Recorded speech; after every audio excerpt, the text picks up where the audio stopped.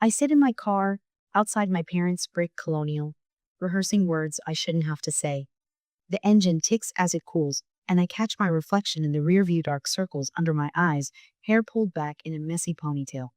Behind me, cardboard boxes and garbage bags crowd the back seat, my life reduced to whatever would fit. 2 weeks since the layoff, 3 days until my lease ends. One last chance. My stomach knots as I approach the door, the same tension I felt since childhood whenever I needed something from them. I ring the bell and wait, shifting my weight from one foot to the other. When Mom opens the door, her face shifts from surprise to that familiar look, the one that says, I'm an interruption, rather than a daughter. Nicole, we weren't expecting you. Her gaze darts past me to my packed car in the driveway. I know. Can I come in? I need to talk to you and Dad. She hesitates just long enough to make it clear I'm not welcome before stepping aside. Of course, honey. Dad sits in his recliner, eyes fixed on a football game. He barely glances up. Nicole's here, Mom announces as if delivering news of an unexpected bill. I can see that. He mutes the television, but doesn't turn it off. What's going on? I take a deep breath. I lost my job. Departments are getting gutted everywhere with the pandemic. My lease is up in 3 days, and You need money, Dad interrupts, his jaw tightening. No, I stand straighter. I have my RV from when I was doing remote work last year. I just need a place to park it for a while. Your driveway has plenty of room, and I'd be completely self-contained. Just until I find another job. The silence stretches between us. Mom glances at Dad. There's no room, he finally says. Brian's cars are already taking up space. Of course, Brian, my younger brother who can do no wrong. Your cars take up half the driveway, I point out.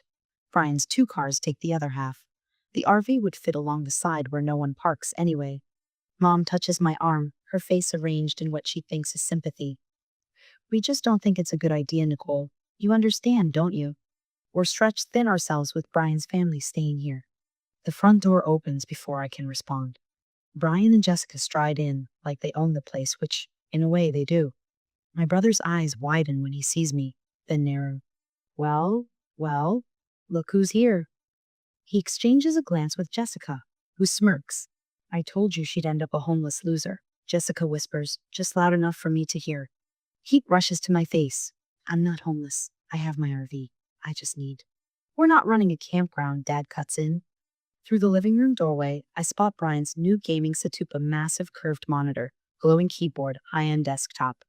The same setup he'd been posting about on social media last week. You bought Brian a $3,000 gaming computer, but you can't let me park in your driveway?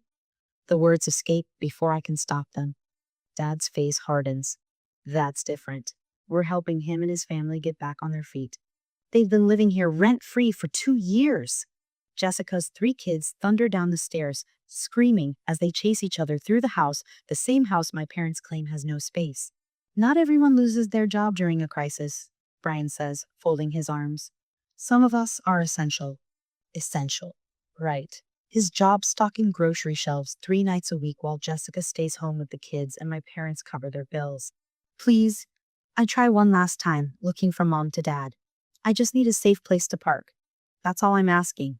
Dad stands, signaling the conversation is over. Figure it out like an adult, Nicole. That's what the rest of us do. The rest of us. As if I'm not part of the family. As if I never was. I walk to my car with surprising calm, a strange stillness settling over me. I'm not even angry anymore, just clear. Clear about where I stand with them. Clear about what I need to do. In the driver's seat, I pull out my phone and call the one friend who might help. Melissa, it's Nicole.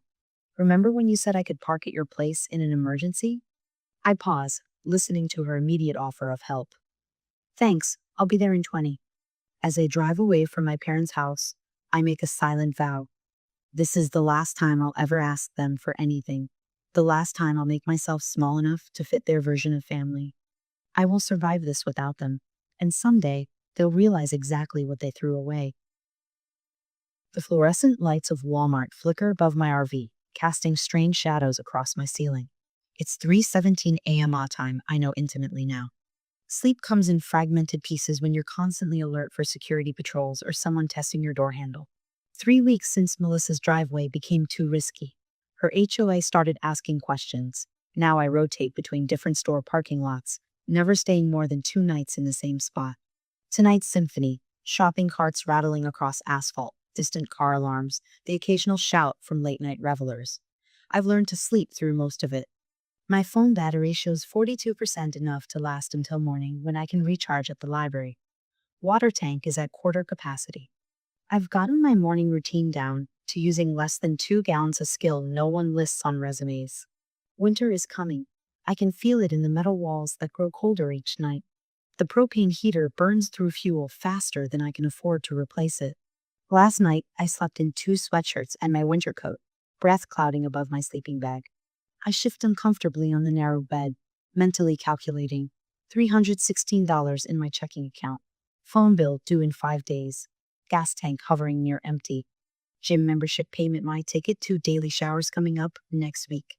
People don't tell you how expensive it is to be homeless. We're looking for someone with more recent experience. I force a smile at my laptop screen where the interviewer's face has already begun to disconnect from her call. 7th rejection this month. All variations on the same theme. Always polite, always final. My makeshift workspace barely fits on the RV's fold-down table. The coffee shop Wi-Fi cuts out every 20 minutes, forcing me to order another $2 coffee I can't afford just to stay connected. The barista's eyes flick toward Mesh. Knows I've been here 4 hours. Knows I'll be back tomorrow.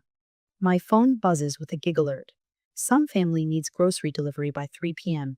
The pay barely covers the gas, but I tap accept before someone else claims it.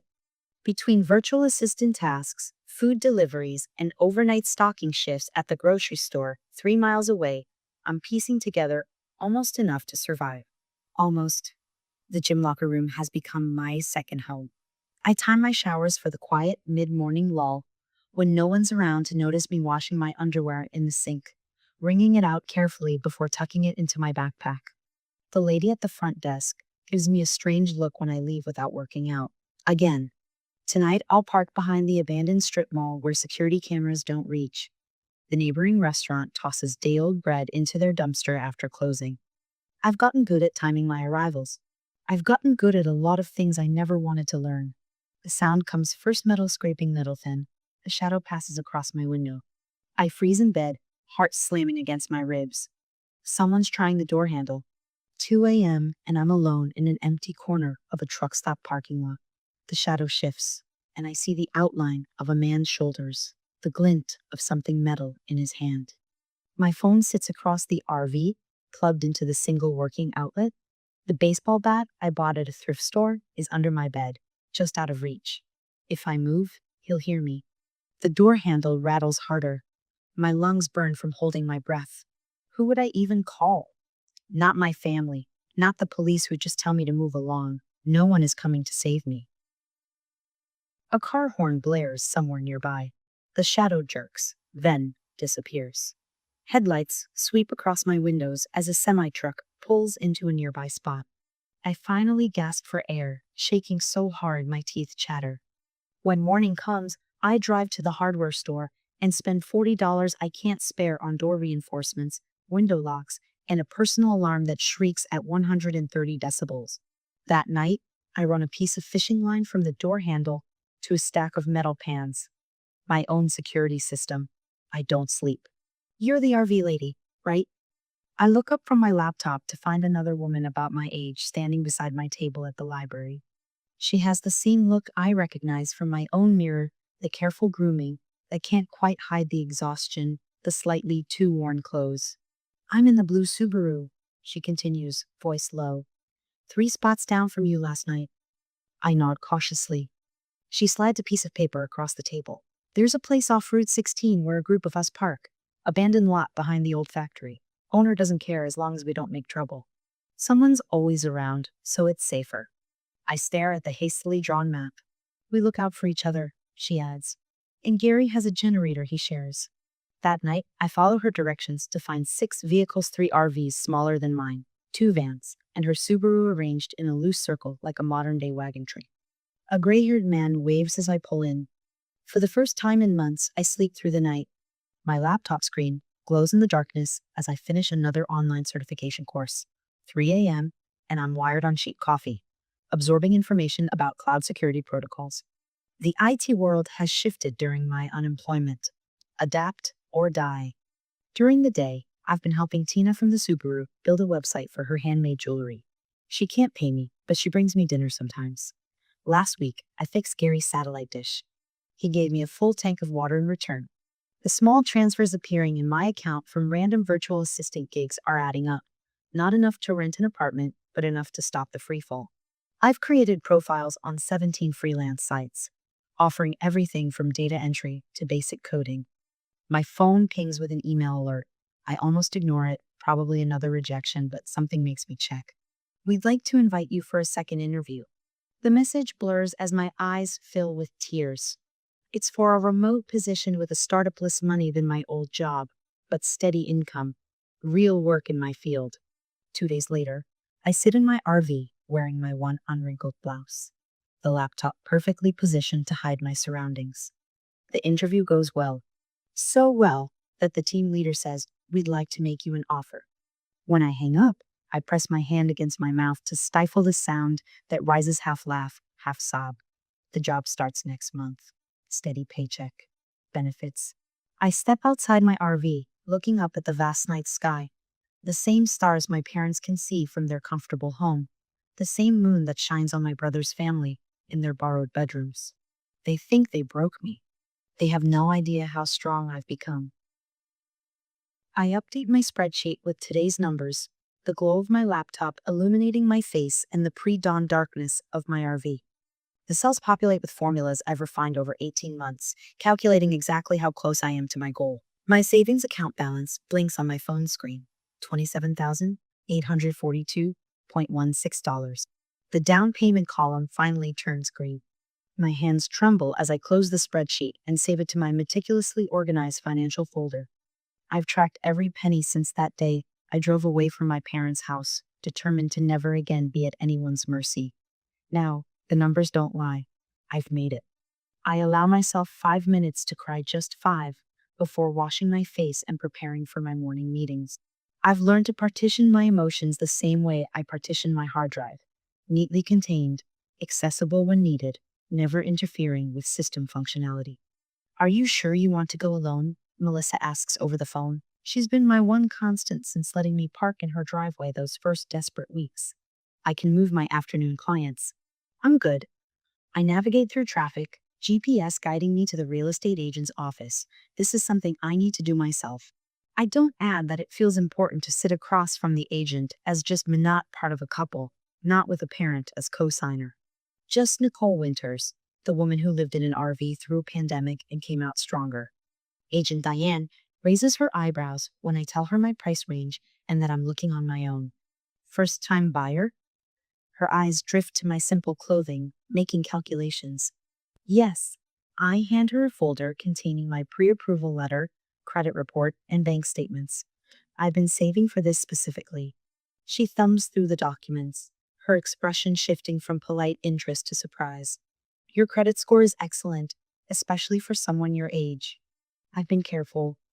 I don't mention how I paid every bill on time, even while showering at a gym and working odd jobs. How I refuse to let hardship become an excuse for financial carelessness. Well then, she says, closing the folder, let's find you a house. I toured 12 houses in 2 weeks. Each one I evaluate with the same methodical approach I use for debugging code, identifying problems, assessing functionality, considering future maintenance issues. I check water pressure, inspect electrical panels, and stand silently in empty rooms calculating sun angles and utility costs. I'm checking the foundation of a small 2-bedroom ranch when I feel at the inexplicable certainty programmers sometimes get when they finally solve a complex problem. This ordinary house, with its worn kitchen counters and outdated bathroom, somehow feels like the answer to an equation I've been solving for nearly 2 years.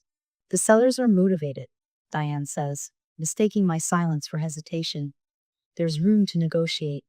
I'll take it, I interrupt, still staring at the solid basement walls. Full asking price if they can close in 30 days. Diane blinks. Don't you want to think? I've done my thinking. I turn to her with the calm certainty that's carried me through the past 18 months. This is it. The closing table feels surreal. I sign document after document, my signature becoming steadier with each page. The seller's agent makes small talk about interest rates, while my mind catalogs every moment that led here. Shivering nights in Walmart parking lots, early mornings at coffee shop doors, waiting for Wi-Fi access. The spreadsheet updated daily like a prayer. When the title company representative slides the keys across the table, I have to force myself to breathe. They're heavier than I expected, these small pieces of metal that represent security no one can take from me. Congratulations, Miss Winters, she says. The house is yours. Mine, a word I've been afraid to attach to anything since watching my belongings crammed into garbage bags and cardboard boxes as my lease ended. I drive to my house, with the windows down, letting the September air wash over me. I park in the driveway and just sit, staring at the modest structure with its faded blue paint and concrete steps. Inside, my footsteps echo against bare floors. The sellers have taken everything, leaving only clean emptiness. I walk from room to room, my fingertips trailing along walls that belong to me now.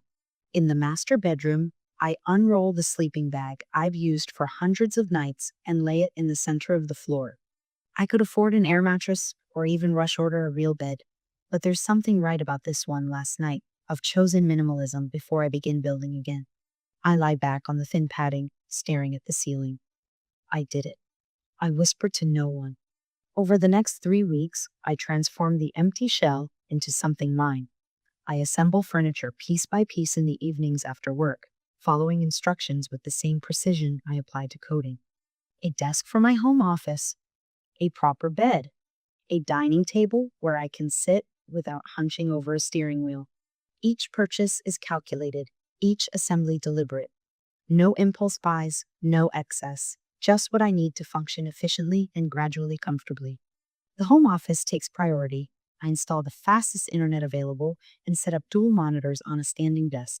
This room represents everything I fought for, the career I salvaged, the independence I've earned. I run my hands over the smooth desk surface, remembering the makeshift workspace balanced on my RV's fold-down table. When Melissa and my small circle of friends come for a casual housewarming, they bring practical gifts, kitchen tools, towels, a set of wine glasses, people who understand what it means to build from nothing. To Nicole, Melissa toasts, raising her glass in my freshly painted living room, who never needed saving just a parking spot. We laugh, and I feel a lightness that has nothing to do with the wine. These people saw me at my lowest and still recognized my strength. They never once suggested I call my family. My family. I haven't spoken their names in over a year. The post takes me 3 hours to compose, though it's only 2 sentences long. I delete and rewrite it a dozen times before settling on something that feels honest without revealing too much. After 18 months of living in my RV, I'm finally a homeowner. Here's to new beginnings. I attach a single photo, me, standing on my front steps, keys visible in my hand. The house visible, but not prominently featured, just enough context to tell the story without giving details. I hesitate before hitting post, my thumb hovering over the screen. Part of me wants to keep this victory private, untainted by the outside world. But a stronger part wants to claim this achievement publicly, to make it real by declaring it. The comments appear almost immediately. Colleagues from my new job, friends from before, fellow nomads I met during my RV days. Congratulations and celebration emojis flood my notifications. I'm about to put my phone away when I see it. A single like from my cousin Erin, my mother's niece. I stare at her name, feeling a strange ripple of unease. We haven't spoken since before my life fell apart. For 18 months, I've existed outside my family's awareness, neither seeking their approval nor their involvement.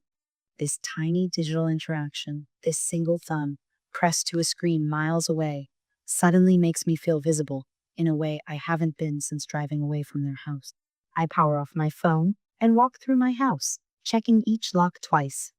In my bedroom, I sit on the edge of my new mattress, the one I researched for weeks to find the perfect balance of comfort and support. It doesn't matter, I tell myself firmly. None of them matter anymore. But as I lie in bed staring at the ceiling, I can't shake the feeling that something has shifted. Like I've sent a signal flare into the night sky, unwittingly revealing my position after months of careful invisibility. I tell myself I'm being paranoid, that a like means nothing, that even if my family sees my post, they've made it abundantly clear they want nothing to do with me. What I don't yet understand is that success is far more threatening to people like them than failure ever was. The doorbell shatters my Sunday morning peace. Not a polite ring, but an aggressive finger on the button assault that makes my coffee mug rattle against the kitchen table. No one visits me unannounced. That's the entire point of having my own house controlling who crosses the threshold and when. When I pull open the front door, my stomach drops as if I've missed a step in the dark. My entire family stands clustered on my porch, like some bizarre holiday portrait. Dad's jaw set in determination. Mom clutching her purse with white knuckles. Brian with his arm around Jessica. Their 3 children fidgeting in front like restless props. Surprise, Mom says, her smile not reaching her eyes. Nearly 2 years since they left me homeless, standing in their driveway with my belongings packed behind me. 2 years without a call, a text, an apology. Before I can respond, they surge forward as a unit. Dad brushes past me, his shoulder knocking mine. Mom pats my arm as if I'm a piece of furniture she's navigating around.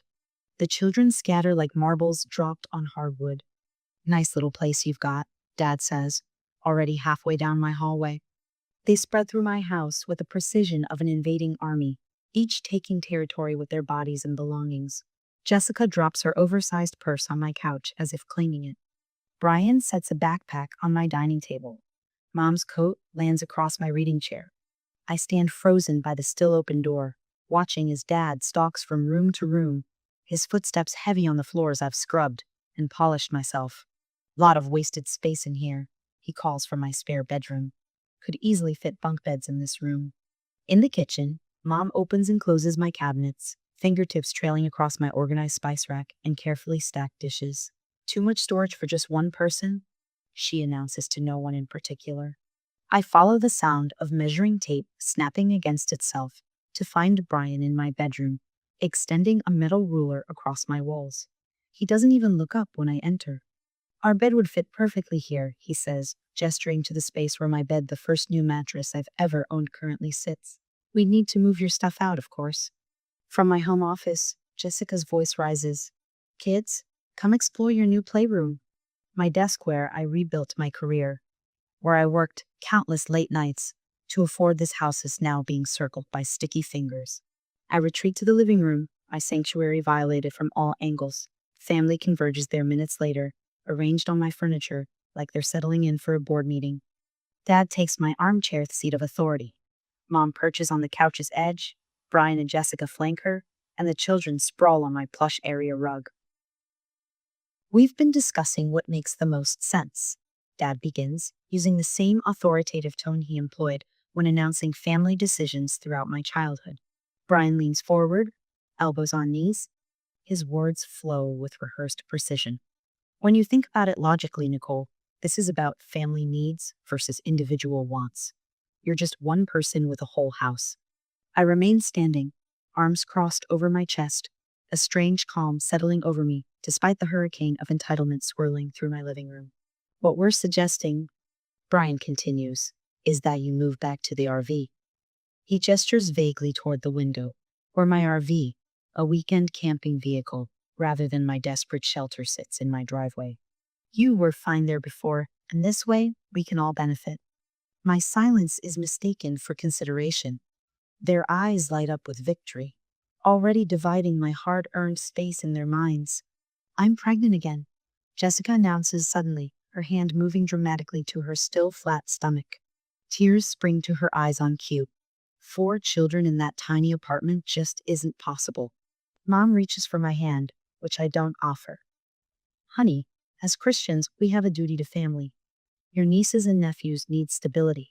Dad nods, shifting to the financial angle. We'll take over your mortgage payments. It makes perfect sense. They stare at me with expectant faces, so certain of my compliance that they've already mentally moved in.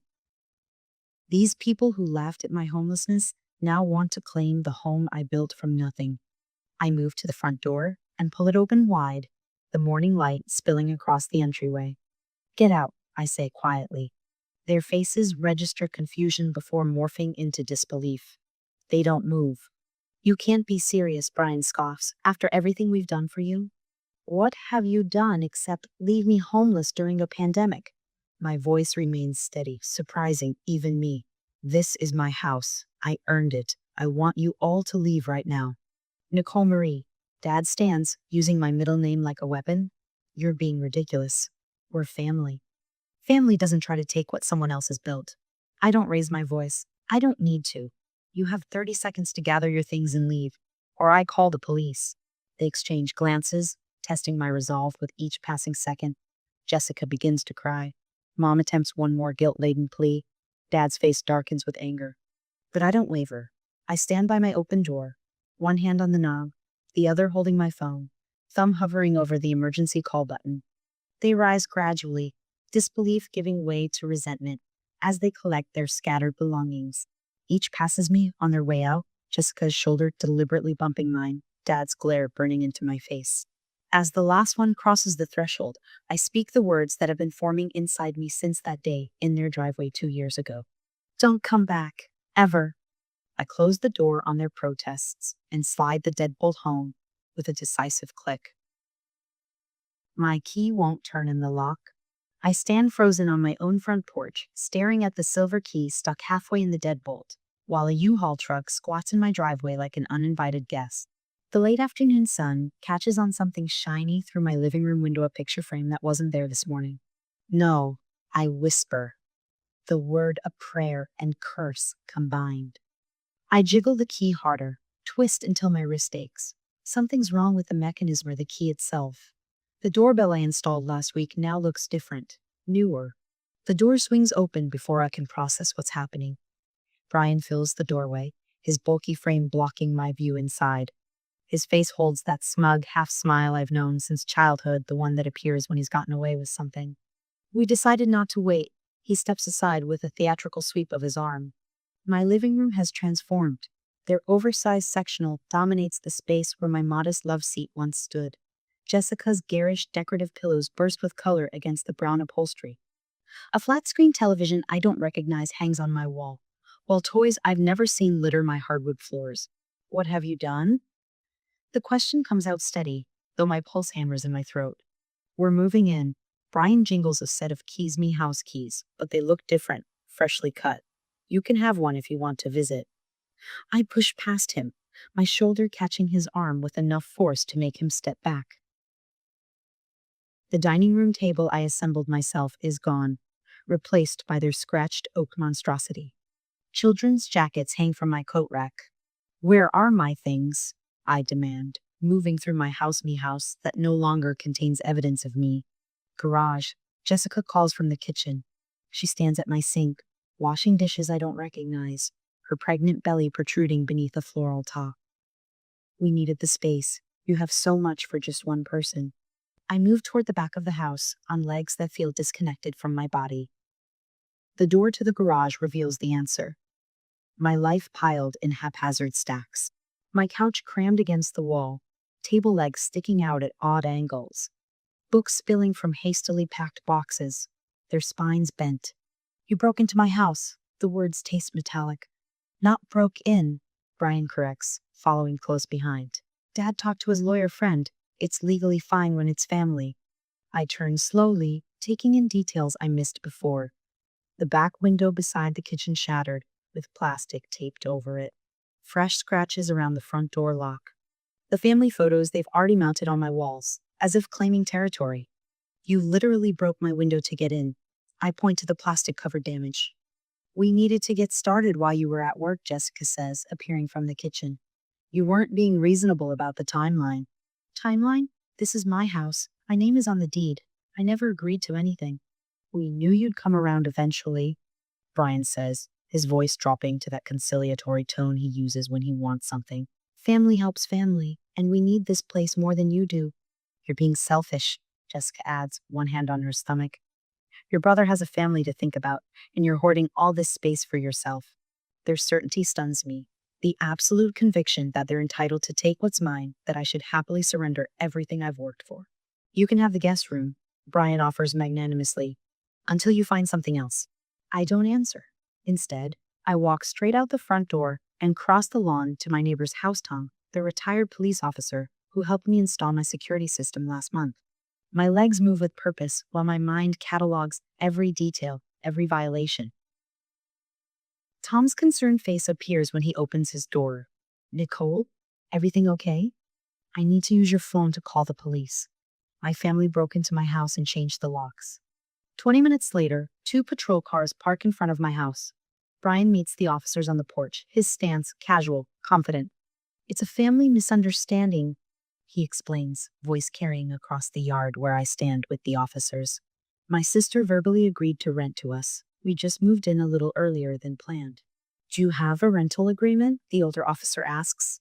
It's family, Brian repeats, as if that explains everything. We don't need paperwork between family. Ma'am? The younger officer turns to me. Do you have proof of ownership? I pull out my phone, open my files app. I have the deed, mortgage statements, insurance policy all in my name only. I swipe through digital copies of everything, prepared for this moment in a way I never consciously expected. The transformation is swift after that. The officer's sympathetic nods to Brian turn to firm instructions. Jessica appears in the doorway, children clinging to her legs, and collapses into theatrical sobs when she hears they must leave immediately. We have nowhere to go, she wails, tears appearing on command. You had somewhere to go this morning, I say quietly, before you decided to break into my house. The officers escort them through my home as they collect personal items. Brian's face hardens as they confiscate my new house keys from him. Would you like to press charges, ma'am? The older officer asks. I look at my brother's flushed face, my sister in law's mascara-streaked cheeks, the confused expressions of their children. For a moment, I see the 8-year-old boy who once made me Valentine's cards, before he learned I was worth less than him. Not if they leave now and never come back. Under police supervision, they load their personal belongings back into the U-Haul furniture remains for another day. I stand in my driveway, arms crossed, as Brian slams the truck door and starts the engine. His eyes meet mine through the open window. This isn't over. Yes, I say clearly. It is. I watch until the truck disappears around the corner, then turn to face my violated home. The locks will need changing again. Windows repaired. Security upgraded. But they're gone. And this time, I know exactly what they're capable of. My phone buzzes at 3:17 a.m. I jolt awake, heart hammering against my ribs before I remember. It's just the security alert. The new system I installed the day after Brian's break-in has been the best money I've ever spent. 6 cameras, motion sensors at every entry point, and instant notifications to my phone and the security company.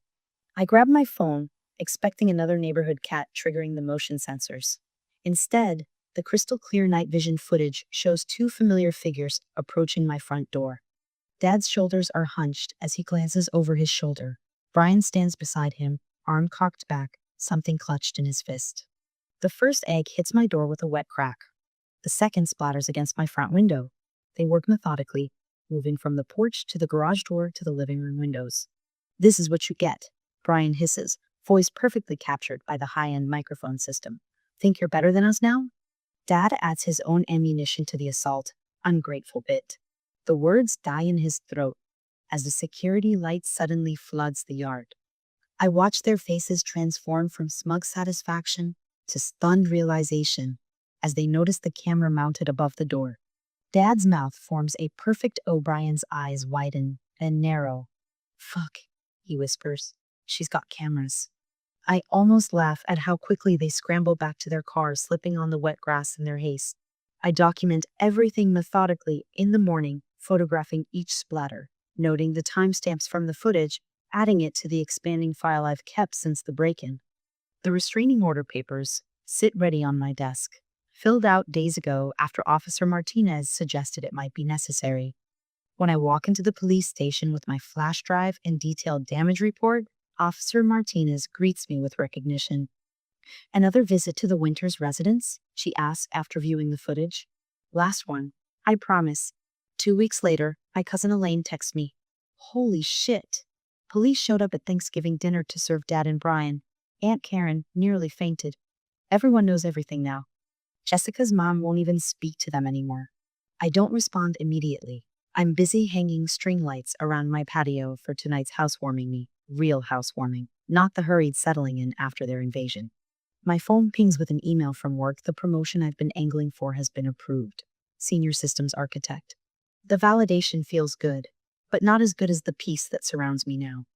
This looks amazing, Melissa says, carrying out a tray of appetizers. I can't believe how much you've done with the place. I smile, remembering how she let me park my RV at her place when I had nowhere else to go. That same RV now sits proudly in my driveway, no longer a symbol of desperation, but of resilience. I heard Brian and Jessica had to rent that apartment over on Maple, says Rob, my next door neighbor who keeps an extra eye on my property. Guess your parents finally stopped bankrolling them. Mom at church says your parents haven't shown their faces there in weeks, adds Tina, another neighbor who'd witnessed the police escorting my family out. Word travels. The doorbell rings, and Jasmine Arrives, a young woman facing housing insecurity, whom I've been mentoring through the community center. She reminds me of myself a year ago. I got approved for that studio apartment, she tells me excitedly. Your budget spreadsheet worked. As my chosen family gathers in the living room, glasses raised in a toast, I realize I haven't thought about my biological family in weeks. The restraining order ensures I'll never have to. To Nicole, Melissa says, who taught us all what real strength looks like. The space my family once occupied in my mind has filled with something better, peace.